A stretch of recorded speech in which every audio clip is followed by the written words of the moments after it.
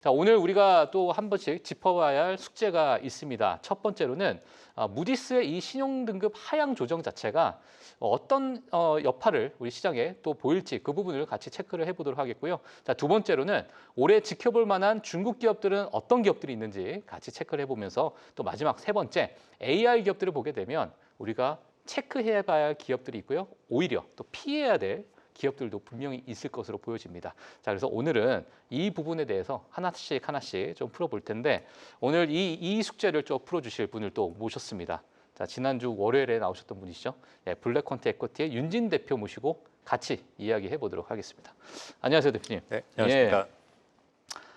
지난주에 정말 많은 분들께서 네. 예, 좀 잘생기셨다고 아, 얘기가 좀 네. 있으셨는데 네. 자, 오늘 또 그만큼 뭐 꽉 찬 이런 또 컨텐츠가 네. 있을 것 같아요. 저 오늘 지금 숙제 첫 번째로 보게 되면 네. 지금 무디스 정말 말이 많습니다. 지금 네. 선물 시장이 좀 빠지고 있는데 그렇죠. 대표님께서 어떻게 보고 계세요?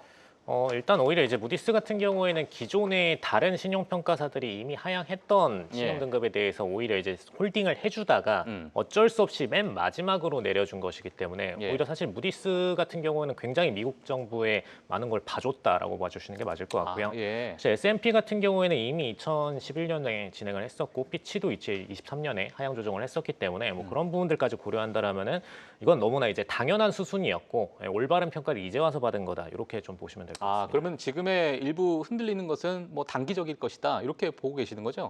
사실 뭐 단기적인 조정 정도로 보고 있고요. 네네. 근데 이제 어느 정도 시장 증시가 최근에 너무 강세가 셌었기 때문에 예. 그 부분을 이제 이 현재 무디스의 신용등급 강등을 핑계로 조금 더 작용하는 게 있지 않나 싶긴 합니다. 알겠습니다. 그러면 지금이 단기적인 어떤 조정장이다라고 저의 전제 하에 네. 여러 가지 좀 물어볼 텐데요. 네. 사실 이번 주에 뭐 중국 기업들 네. 실적 발표 좀 앞두고 있는 상황이고 네. 지금 최근에 뭐 휴머노이드에 관련해서도 여러 가지 이슈들이 나오고 있는 상황인데 네네. 대표님께서 보시기에는 지금 상황 뭐 어떻게 좀 봐야 됩니까?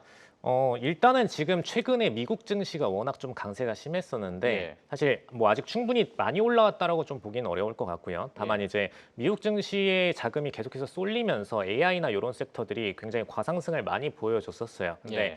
사실 현재 시점에서 AI 기업들에 새롭게 들어올 자금들을 베팅하는 것보다는 사실 AI 기업들이 지금 최근 같은 경우 이제 카피캣들이 굉장히 빠른 속도로 늘어나고 있거든요. 그리고 그 핵심적인 기업들이 중국 기업에 많이 존재를 하고 있고 예. 네, 그런 수요들을 생각을 할 때 오히려 지금 미국 기업들을 카피캣하고 있는 중국 기업들에 투자할 수 있는 타이밍이 아닌가라고 예. 좀 보여집니다. 카피캣 기업이라고 하게 되면 네. 뭐 조금 알기 쉽게 뭐 어떻게 우리가 봐야 됩니까? 그냥 어, 그대로 베낀다 이렇게 봐야 됩니까? 네, 어떻게 맞습니다. 사실 예. 이제 중국의 발전 방식의 어떤 특징이 있는데 예. 중국이 뭐 옛날에도 사실 1위 국가들을 많이 베끼면서 성장을 많이 해왔었죠. 근데 현재까지도 아직 혁신을 스스로 거둔다라기보다는 이제 엔비디아나 뭐 테슬라 같은 기업들이 뭔가 분야를 계속해서 진출하고 새롭게 혁신을 보여주면 그걸 굉장히 빠른 속도로 카피해가지고 본인들의 프로덕트를 만들어내는 방식으로 성장을 해왔는데 네. 근데 이제 이게 무서운 점이 사실 2위의 프로덕트가 가성비를 갖췄을 때 1위의 시장을 넘어서는 게 가장 문제거든요. 그래서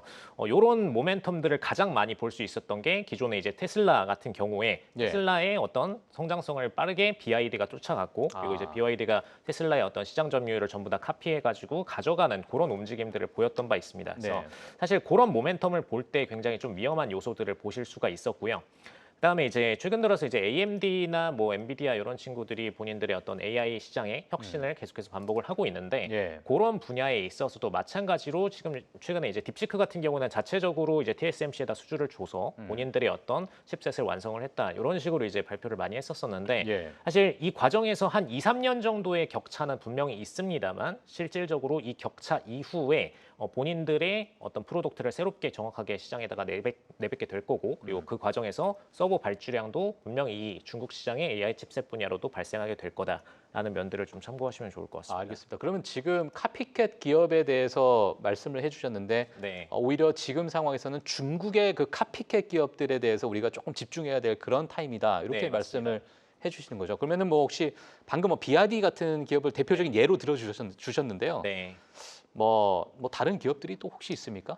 사실 이제 최근에 자율주행 분야에 있어서는 바이두 같은 기업들도 바이두요? 네, 이제 자율주행 분야로 굉장히 좀 빠르게 진출을 해 나가고 있는 네네. 편이고요. 그다음에 이제 뭐 우리가 알다시피 전기차 안에 배터리 부분에 있어서도 CATL 같은 기업들이 굉장히 좀 빠르게 성장성을 거두고 있는 기업이었고, 사실 이제 이 배터리 분야에 있어서 CATL은 이미 뭐 테슬라나 이제 그 외에 뭐 LG 에너지 솔루션 이런 기업들을 이미 넘어선 기업들 중 하나이기 때문에 네. 이런 시장에 있어서도 반드시 좀 눈여겨 보실 필요가 있겠습니다. 다만 이제 시장 점유율과는 별개로 실질적으로 본인들이 평가 가치를 그 1위, 2위 이제 미국 기업들이 할 때 대비해서 평가 가치를 중국 기업들은 아직 많이 받지 못했어요. 그래서 그건 이제 물론 인덱스의 성장성 때문에 영향을 예. 받는 것도 분명히 있습니다만 실질적으로 이제 이 기업들의 평가 가치가 인덱스 때문에 오히려 너무 저조하게 평가받는 것도 분명히 있다는 거 참고해 주시면 좋을 것 같습니다. 네, 오늘 뭐 사실 뭐 중요한 말씀 많이 해주시는데 네. 자료 있으시면 같이 넘겨주셔도 됩니다. 네네. 네네. 그러면 저희 시청자분들께서 한 끗, 네. 예, 이제 우리가 더 좋게 볼 수 있기 때문에 같이 체크하시면 될 것 같고요. 네. 자, 그 다음에 우리가 좀 봐야 될 게 사실 지금 소프트웨어, AI에 대한 기대감이 많이 있잖아요. 네. 근데 지금 이 소프트웨어, 그러니까 과거 하드웨어에서 소프트웨어로 넘어가는 이런 구간 속에서 소프트웨어 AI 기업들을 우리가 많이 봐야 된다. 이런 이야기들이 좀 많이 있었는데요. 지금 그러한 기업들은 대표님은 어떻게 보고 계세요? 소프트웨어 AI 기업들 같은 경우에 오히려 좀 주의하셔야 되는 부분이 한 가지가 있습니다. 사실 이제 소프트웨어에 너무 기반해서 움직이는 기업들 같은 경우, 특히 이제 대표적으로 오픈 AI 같은 기업들이 있죠. 오픈 AI 외에도 지금 뭐 딥시커 이런 친구들도 사실 다 소프트웨어 기반으로 움직이고 있는 기업들입니다. 근데 요 기업들 같은 경우에 디바이스의 어떤 토대가 없기 때문에 당장 최근 들어서는 이제 코딩이나 이런 것들이 굉장히 엔진을 통해서 일반인들도 코딩을 쉽게 짜낼 수 있고, 심지어 이제 AI 엔진을 카피하는 모델도 AI 엔진을 통해서 또 만들 수가 있어요. 그래서 사실 물론 이제 최고의 AI급은 아니겠지만 보편화된 어떤 보통형 AI들을 만들어낼 수가 있는 것이 현실이고, 네. 그 과정에서 본인들의 입지를 굉장히 빠르게 강탈당할 수가 있습니다. 그러다 보니까 오히려 이제 최근 들어서 많이 주목을 받는 분야는 기존의 디바이스와 연동된 소프트웨어 분야가 가장 핵심이라고 봐주시면 될 것 같고요. 우리가 보통 안에 이제 팔란티어 같은 기업들이라던가 최근에 많이 핫했던 이런 기업들 같은 경우에 인공위성이나 혹은 이제 미국이 보유하고 있었던 기존의 탐지 기술들과 디바이스 연동을 통해서 소프트웨어를 제공하고 있거든요. 그래서 AI 기술을 그렇게 오프라인의 디바이스와 연동해서 서비스를 제공할 경우에는 만약에 본인들을 대체할 소프트웨어가 아무리 새롭게 나온다라고 하더라도 이미 디바이스 기반을 확보를 해놨고, 그리고 심지어 디바이스 판매 비용까지도 본인들이 매출화를 해놓은 상태이기 때문에 사실 진입장벽 자체가 제조업 수준 이상으로 높아지는 부분이 분명히 있습니다. 그래서 그런 진입장벽을 명확하게 쳐놓은 섹터만이 실질적으로 AI 섹터에서 뭔가 지배자가 되고 혹은 독과점 구조로 넘어갈 수가 있다라는 면이 분명히 특징적인 부분이고요. 그래서 반드시 우리가 봐야 될 부분이 이제 소프트웨어 분야는 사실 젠슨왕 CEO도 많이 얘기를 했었는데, 소프트웨어는 너무나 카피가 쉽고 단순한 이제 언어처럼 되어버리고 있다. 코딩이란 것 자체가. 그렇기 때문에 단순한 언어처럼 소프트웨어만으로 이루어지는 산업은 이제부터는 쇠퇴기에 들어서게 될 것이다 라는 면이 분명히 이제 우리가 인지할 필요가 있는 부분입니다. 알겠습니다. 그러면 본인이 가지고 있는 디바이스와 그에 따른 어떤 생태계를 구축해 나가는 그 소프트웨어 AI, 그러니까 그러한 어떤 독점력을 가지고 있는 기업들을 우리가 잘 선별해서 좀 지켜봐야 되는 그런 구간이 아닐까. 단순한 소프트웨어 기업들은 좋지 않을 것이다. 뭐 이렇게 또 말씀을 해주셨습니다. 자, 그리고 사실 우리가 AI라는 기업을 좀 보게 되면은 뭐 일부 하드웨어, 소프트웨어 정말 많은 분야가 있는 상황인데, 여기에 따라서 우리가 뭐 타이밍을 보는 것은 정말 힘듭니다만, 지금 자체에서 AI 트렌드는 지속적으로 좀 넘어가는, 그러니까 지속적으로 우리가 흘러가는 그런 상황이고, 오직 지금 AI라는 트렌드를 보게 되면 한 2년 또는 3년 정도밖에 되지 않는 그런 상황이다 보니까 앞으로 시장에서도 AI에 대한 이 트렌드, 향후 이 메가 트렌드라는 자체가 보통은 이제 10년 정도를 받기 때문에 지금의 2, 3년 자체는 정말 짧게 온 게 아닌가, 이러한 이야기들이 좀 있어요. 그래서 지금의 이 여러 어떤 장기 트렌드로 봤을 때는 여전히 AI에 대해서 우리는 좀 봐야 되고, 그 안에서 이제 소프트웨어 기업들을 특히나 독점력 있는 기업들 이렇게 말씀을 해주셨는데, 오늘 또 우리가 또 피해야 될 기업들을 아까 말씀해 주셨잖아요. 자, 그 외에 일부 오늘 대표님께서 좀 말씀해 주실 그러한 기업들, 특히나 뭐 시장 점유율이 조금 낮아질 그런 기업들을 언급을 해주셨는데, 그런 기업들이 왜 시장 점유율이 낮아질 것으로 보고 계시면서 또 왜 우리가 이런 부분을 좀 조심해야 될지 그 부분 한번 좀 짚어주시면 좋을 것 같습니다. 사실 이제 최근 들어서 좀 언급을 드리고 있는 기업군이 구글이라던가 이제 우리나라로는 네이버 같은 기업들이 분명히 있고요.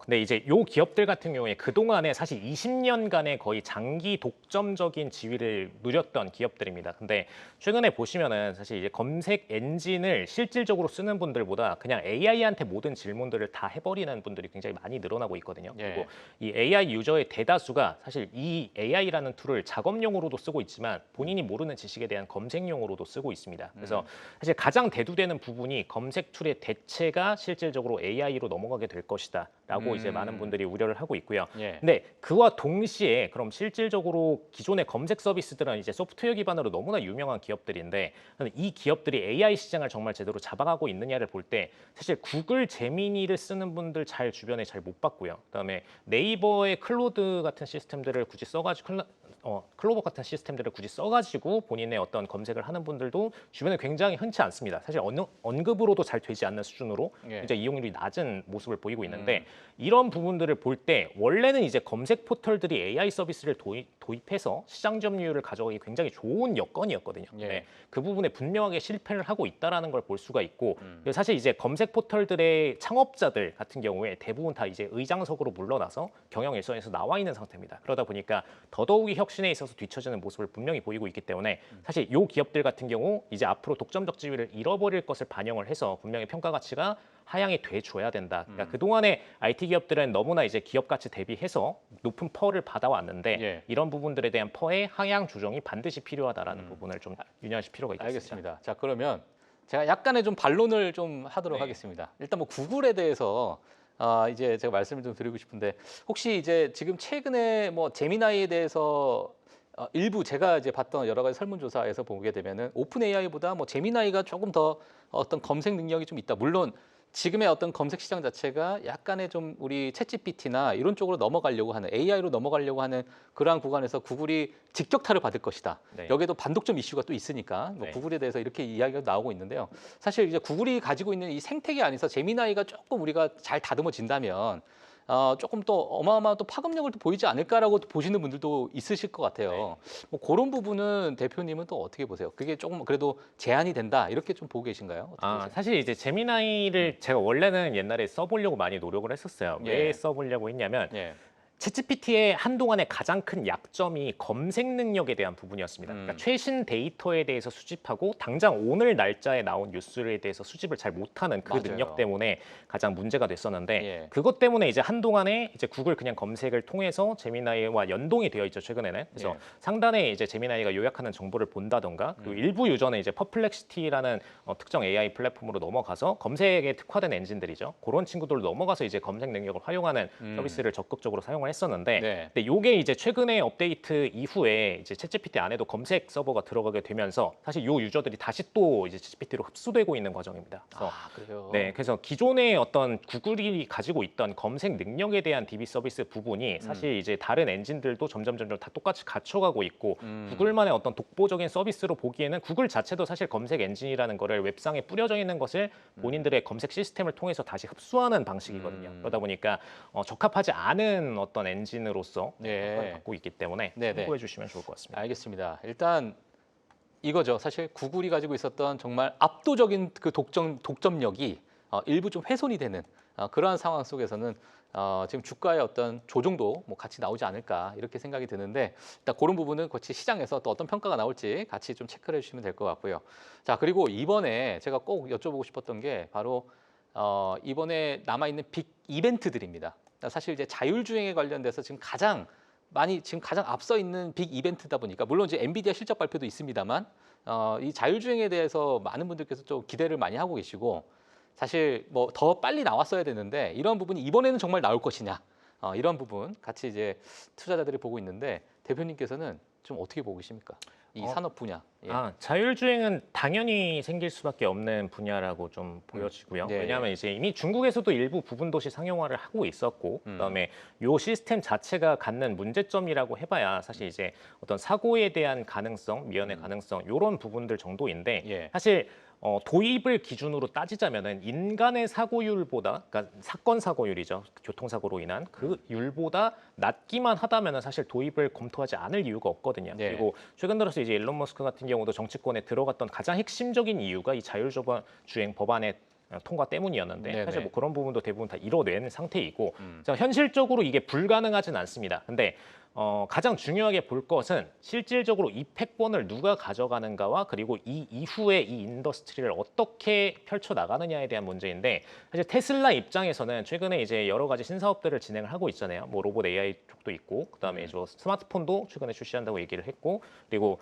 본인들의 이제 인프라 산업을 자율주행 기반으로도 펼치려고 하는데 요 자율주행 서비스 같은 경우에는 사실 굉장히 테슬라 주가에 있어서 거의 현재 주가의 2배 이상도 치고 올라갈 수 있는 핵심 아이템 중 하나입니다. 왜 그러냐면은 이 산업 모델이 완전히 달라지는 방식인데 기존에는 이제 자동차가 소매 판매용이었죠. 뭐 기업이 사더라도 어쨌든 간에 누군가 인간이 이용하기 위한 프로덕트로 판매를 해왔는데 현재부터는 이제 이 방식이 완전히 달라져 버릴 수 있는 게 아예 본인들이 자기 자본으로 이 차량들을 계속해서 출시해서 내보낸 다음에 여기서 실질적으로 택시처럼 계속해서 인간들한테 본인들의 청구 비용을 지불을 시킴으로써 그냥 택시 비용 받듯이 계속해서 인프라를 통해서 비용을 받아낼 수 있는 구조로 바뀌게 됩니다. 그럼 이렇게 개인이 택시 네. 사업자가 되는 겁니까? 개인이 아니고요. 네. 정확히 말하면 오히려 반대로 보시는 게 적합할 것 같아요. 네네. 기업은 모든 수입을 내재화하고 싶어하는 본성이 있거든요. 네네. 그래서 택시 사업에서 발생하는 매출들을 본인이 다 가져가려는 모멘텀으로 전환하게 될 수 있다라는 부분입니다. 네. 예. 그러니까 현재는 이제 사람들이 많은 이제 대중교통을 통해서 뭐 기차도 사용하고 뭐 전철도 사용하고 버스도 사용하고 이렇게 많은 인프라들을 활용하고 있는데 그냥 이제는 본인들이 만들어 놓은 자율주행 택시들만 활용할 수 있도록 하고 대신에 이제 비용은 조금 더 저렴하게 제공을 하겠죠. 예. 네. 이것을 다 자율주행화를 시켜서 아예 이제 모든 운송 사업과 본인들이 교통 사업 분야를 다 매출로 끌어당기는 그런 모멘텀으로 진화할 수 있기 때문에 이런 부분들이 어떻게 보면 정말 이제 사회 인프라를 장악하게 되는 방식이거든요. 그래서 전혀 다른 국면으로 전환될 수 있는 핵심적 모멘텀이라고 보시면 될 것 같습니다. 예. 그러면 지금 사실 이 자율주행에 관련해서 앞서서 뭐 바이두나 여러 이제 경쟁사들이 좀 있을 텐데, 자 이러한 산업에서 그 테슬라가 압도적으로 가지고 있는 그 소프트웨어 힘이 있잖아요. 네. 자 그러면 이 자율주행 이 산업에서는 그래도 앞으로는 테슬라가 이 시장을 그래도 섭렵할 가능성이 크다 이렇게 보고 계십니까? 어떻게 보고 계십니까? 사실 그냥 지금의 전기차 시장처럼 될 가능성이 높다라는 게 문제긴 합니다. 그러니까 지금의 전기차가 어쨌든 초기 혁신을 모델을 테슬라가 시작을 했었고 그 다음에 이제 BYD나 다른 친구들이 빠르게 이제 그 모멘텀을 흡수를 해버렸는데 네. 그리고 이제 중국에 가장 많은 매출을 발생시키고 그 인근에는 저가형 모델로 배포를 하는 그런 모습을 많이 보여줬죠. 근데 요거를 일론 머스크 씨도 정확하게 알고 있어요.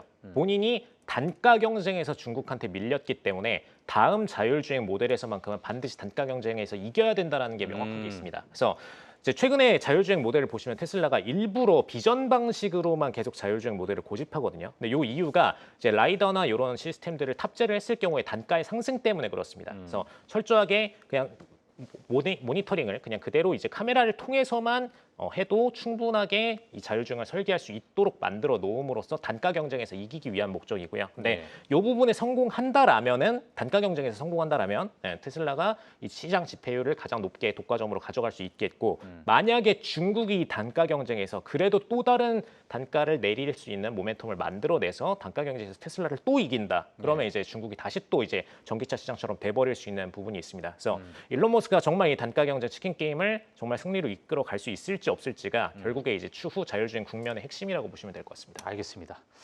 자, 마지막 질문 하나만 또 정말 짧게 갈게요. 정말 짧게. 자, 이번 주 이제 실적 발표가 남아 있는데요. 물론 이제 실적 발표가 어느 정도 뭐 우리가 보는 핵심적인 기업들은 많이 끝났고 엔비디아 이제 기업 하나 남아 있는데 이번 주에 우리가 좀 지켜봐야 될 하나의 뭐 우리 투자자분들이 좀 지켜봐야 될 어떤 모멘트가 좀 있을까요? 어떤 것들이 있을까요? 사실 이제 실적 발표 시즌은 이제 대부분 좀 끝났기 때문에 네. 이제 엔비디아나 뭐 이런 기업들 추후에 이제 실적 발표 있고 나면은 오히려 이제 AI 섹터 전역에 대한 ETF 기반의 섹터 ETF 기반의 인덱스 변환이 좀 심하게 있을 겁니다. 그래서 최근에 이제 조정 장세로 살짝 넘어가야 되는 구간인데 예. 오히려 이제 AI 쪽으로 굉장히 좀 많은 수급이 몰려서 그 동안에 한 달 이상의 상승세가 이루어져 왔고 이제 실적 발표가 끝나게 되면은 오히려 AI 섹터 거래량에서의 낙폭이 조금 더 커질 수 있어요. 그래서 이런 부분들은 이제 비중을 컨트롤하시는 분들 입장에서 좀 주의하시면 좋을 것 같고, 그리고 또 이제 추가적으로 오늘장에 어쨌든 국채 관련된 얘기가 굉장히 좀 세게 있었기 때문에 네. 지금 미국이 예민해져 있는 포인트는 딱 이 부분입니다. 각 기업들과 그리고 미국 국채에 관해서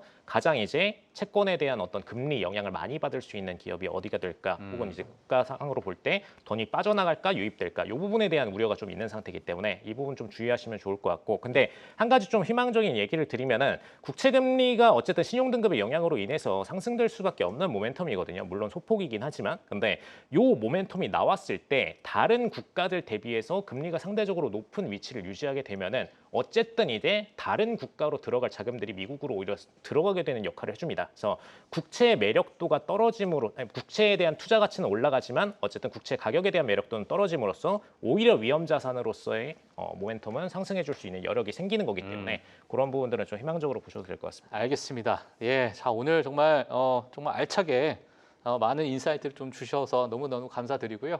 사실 저희 또 윤진 대표 다음 주에 우리 또 모시도록 하겠습니다. 저 오늘은 여기서 보내드리도록 하겠습니다. 감사합니다. 감사합니다. 네.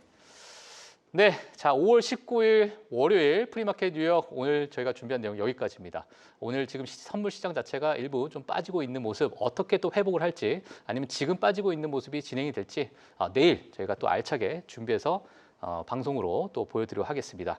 자 오늘 저희는 여기서 마치도록 하겠고요. 시청해주신 여러분 감사합니다.